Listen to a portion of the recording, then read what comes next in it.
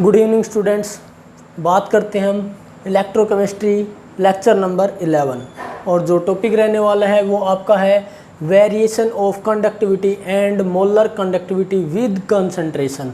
बोलता है जो आपकी कंडक्टिविटी थी, जो हमने कंडक्टिविटी को वहाँ पर फाइंड आउट किया था, कंडक्टिविटी जिसको हम रिप्रेजेंट करते हैं के से, ठीक है, और मोलर कंडक्टिविटी, मोलर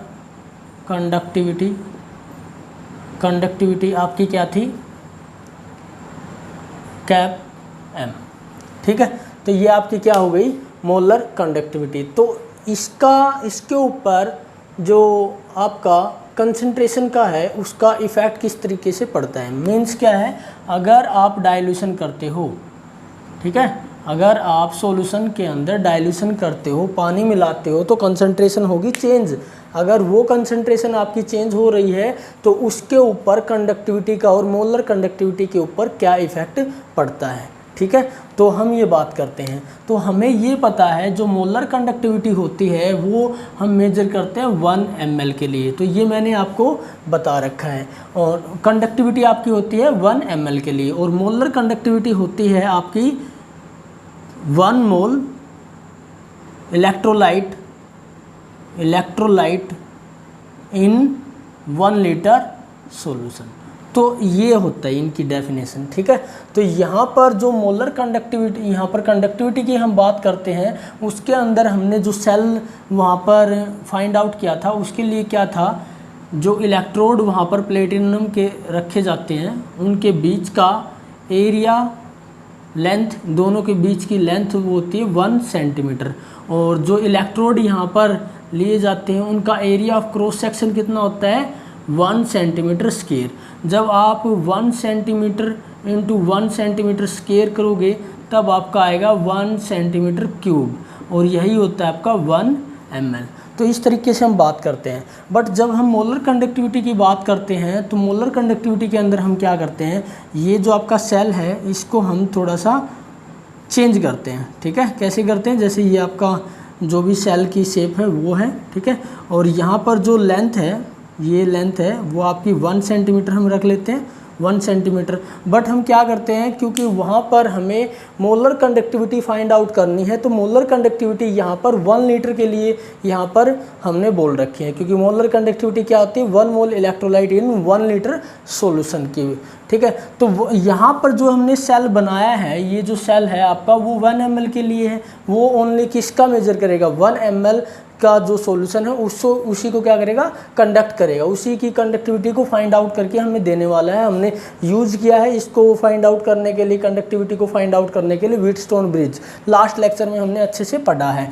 बट हम जब मोलर कंडक्टिविटी की बात करते हैं तो हम क्या करते हैं, ये जो आपके इलेक्ट्रोड हैं इनका एरिया ऑफ क्रॉस सेक्शन हम बढ़ा देते हैं, ठीक है, एरिया ऑफ क्रॉस सेक्शन हम बढ़ा देते हैं ताकि सॉल्यूशन इसके अंदर आपका 1 लीटर आ जाए, ठीक है। जैसे जैसे आप एरिया बढ़ाओगे वैसे वैसे क्या हो जाएगा, एरिया आपका बढ़ जाएगा। और इसके अंदर अब 1 ml था, जैसे जैसे आप बढ़ाते जाओगे इसको, तो ये कितना कंटेन कर लेगा, ये आपका कंटेन कर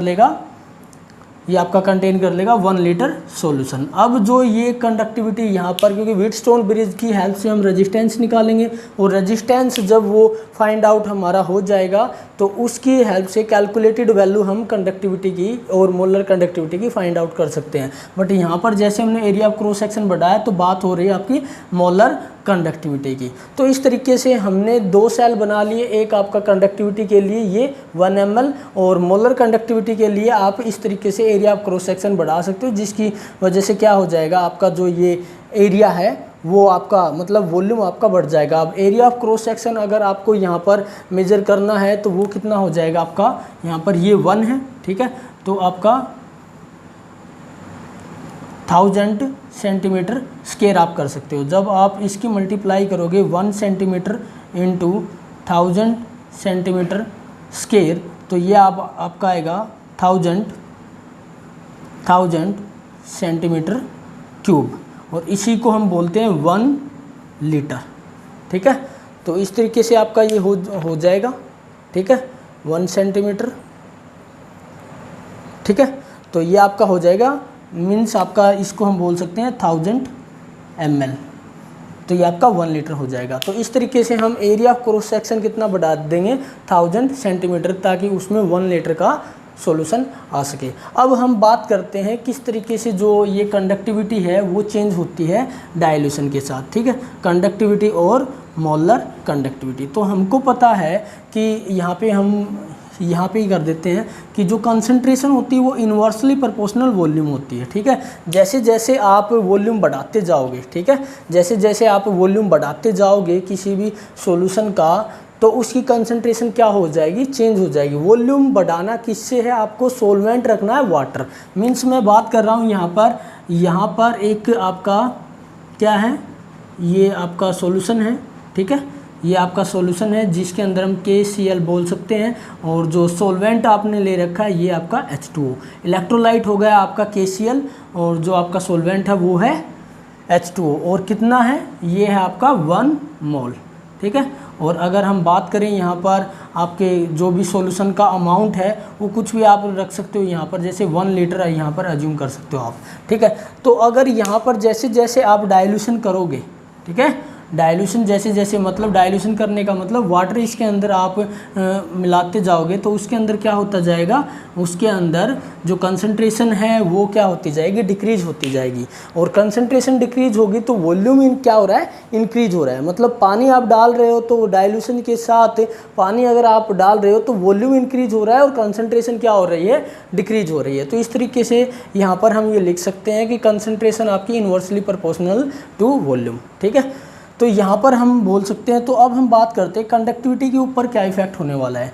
तो कंडक्टिविटी क्या होता है, जो कंडक्टिविटी की हमने बात कर रखी है कि 1 ml के सॉल्यूशन के अंदर किस तरीके का जो आपके एक्वस सॉल्यूशन के अंदर जो आयंस है वो कैसे कंडक्ट करते हैं, उसी से रिलेटेड हम कंडक्टिविटी को कैलकुलेटेड वैल्यू फाइंड आउट करते हैं। तो हम बात करते हैं कंडक्टिविटी अगर जो आपकी कंडक्टिविटी होती है वो होती है decrease with decrease concentration.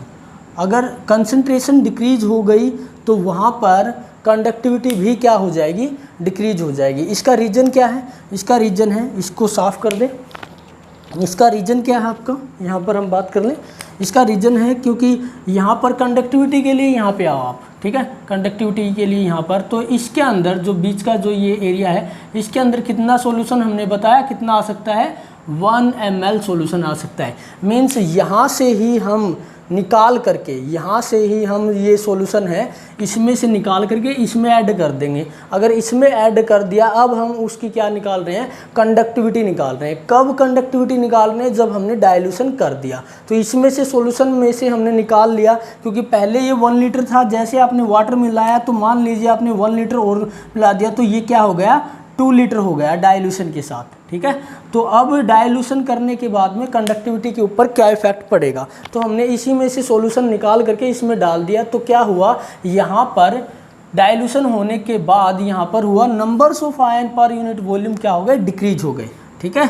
Number of ions per unit volume decrease, क्योंकि हमें पता है जितने ज़्यादा मैक्सिमम आपके आयंस वहाँ पे होंगे उतने अच्छे तरीके से कंडक्टिविटी की वैल्यू आने वाली है। क्योंकि अगर आयंस ही कम हो गए तो कंडक्टिविटी क्या होगी, डिक्रीज हो जाएगी, ठीक है। तो यहाँ पे वही हमने रीजन लिखा है, numbers of ion per unit volume decrease. और पर यूनिट वॉल्यूम मीन्स कहने का मतलब ये है कि आप जो फाइंड आउट कर रहे हो कंडक्टिविटी का मतलब क्या है, 1 ml सॉल्यूशन, और 1 ml का मतलब क्या है भाई 1 लीटर की अगर हम बात करें तो 1000 ml, और उसका बिल्कुल यूनिटी क्या हो गया 1 ml। तो इसलिए हम बोलते हैं पर यूनिट वॉल्यूम। यूनिट वो होती है मीन्स आपकी जो स्मॉलेस्ट यूनिट होती है, ठीक है। तो स्मॉलेस्ट यूनिट मतलब कम से कम सॉल्यूशन की कंडक्टिविटी को फाइंड आउट कर रहे हो, जहाँ पे हमने ये देखा डाइल्यूशन के साथ जब हमने ये ऐड किया तो यहाँ पर नंबर्स ऑफ आयन क्या हो गए, कम हो गए। अब बात करते हैं मोलर कंडक्टिविटी की, ठीक है, मोलर कंडक्टिविटी की। जब मोलर कंडक्टिविटी की आप बात करते हो तो जैसे आप यहाँ पे आ जाओ, मोलर कंडक्टिविटी के लिए आपका ये सेल होगा। तो जब आपने यहाँ पर डाइल्यूशन किया 1 लीटर से आप 2 लीटर पे आ गए, ठीक है, 2 लीटर का सॉल्यूशन हो गया आपका KCl का। तो यहाँ पर कितना अमाउंट आपको डालना है, वहाँ पर 1 ml आपने डाल रखा था, यहाँ पे कितना आपको 1 लीटर डालना है, क्योंकि बोल रखा है कि मोलर कंडक्टिविटी आपकी किसके लिए होती है, 1 लीटर सॉल्यूशन के लिए, और इलेक्ट्रोलाइट 1 मोल होना चाहिए, क्योंकि हमने यहाँ पर इलेक्ट्रोलाइट 1 मोल ही रखा है, इलेक्ट्रोलाइट में कोई चेंजमेंट नहीं किया। जो चेंजमेंट हो रखा है वो किसके साथ हो रखा है, कंसंट्रेशन और वॉल्यूम के साथ, क्योंकि टॉपिक हमारा किसके साथ है, कंसंट्रेशन के साथ है। ठीक है, तो हमने यही किया है। ठीक है, तो यहाँ पे हम बात करते हैं, जब आपका मोलर कंडक्टिविटी की बात करते हैं तो जो आपका, ठीक है, नंबर ऑफ आयंस, ठीक है, नंबर्स ऑफ आयंस क्या हो जाते हैं, वहाँ पर इंक्रीज हो जाते हैं। ठीक है, नंबर्स ऑफ आयन इंक्रीज हो जाते हैं, ये मैं अभी समझाने वाला हूँ आपको कैसे इंक्रीज हो गए। ठीक है, और एक और यहाँ पर हम फैक्ट लगा सकते हैं कि जो आपका यहाँ पर मोबिलिटी ऑफ आयंस वो भी क्या हो जाती है, इंक्रीज, मतलब आयंस की जो भी स्पीड है वो क्या हो जाएगी, इंक्रीज हो जाएगी। भाई जो KCl की अमाउंट है, सेकंड यहाँ पर ये हम कर रहे हैं, फर्स्ट जो आपका KCl की जो मोल है वो तो हमने फिक्स रखा है, बट हमने क्या किया है, हमने डाइल्यूशन किया, वॉल्यूम बढ़ा दिया। जैसे जैसे वॉल्यूम बढ़ जाएगा एरिया बढ़ जाएगा, और एरिया मतलब वॉल्यूम बढ़ेगा उसका, तो वहाँ पर जो आयंस का मूवमेंट है वो पहले के कंपैरिजन में क्या हो जाएगा, वो फास्ट हो जाएगा, क्योंकि उनको घूमने फिरने के लिए बड़े अच्छे तरीके से क्या हो गई, वहाँ पे आज़ादी मिल जाएगी, क्योंकि वहाँ पर कोलिजन बहुत कम होगा। जितना जितना उसका वॉल्यूम बढ़ता जाएगा कोलिजन कम होगा, और कोलिजन कम होने की वजह से उनका मूवमेंट बड़ा फास्ट होगा। तो इसको हम बोल सकते हैं मोबिलिटी ऑफ आयन क्या हो जाएगी, इंक्रीज हो जाएगी। और मोबिलिटी ऑफ आयन इंक्रीज हो जाएगी मतलब कहने का मतलब ये है कि यहाँ से देखो इलेक्ट्रोड की तरफ ही तो उनको जाना है आयंस को।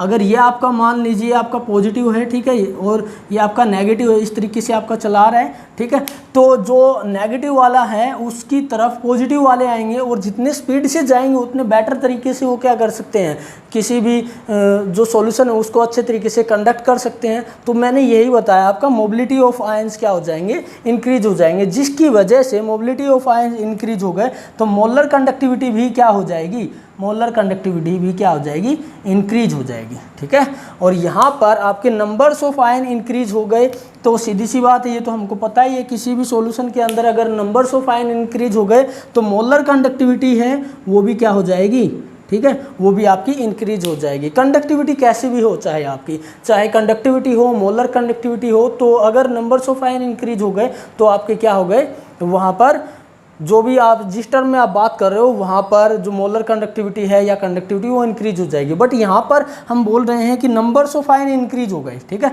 बट इससे पहले वाले में हमने बोल रखा है कि नंबर ऑफ आयन वहाँ पर यूनिट वॉल्यूम कम हो गए थे। बट यहाँ पर समझने वाली बात ये है, नंबर्स ऑफ आयन इंक्रीज हो रहे हैं, मतलब क्या है, देखो वहाँ पर जो सोल्यूशन था वो सिर्फ ओनली 1 ml का था। ठीक है, बट यहाँ पे जो सोल्यूशन है वो कितने ml का है, ठीक है, वो आपका 1 लीटर का है, मतलब आपका 1000 ml।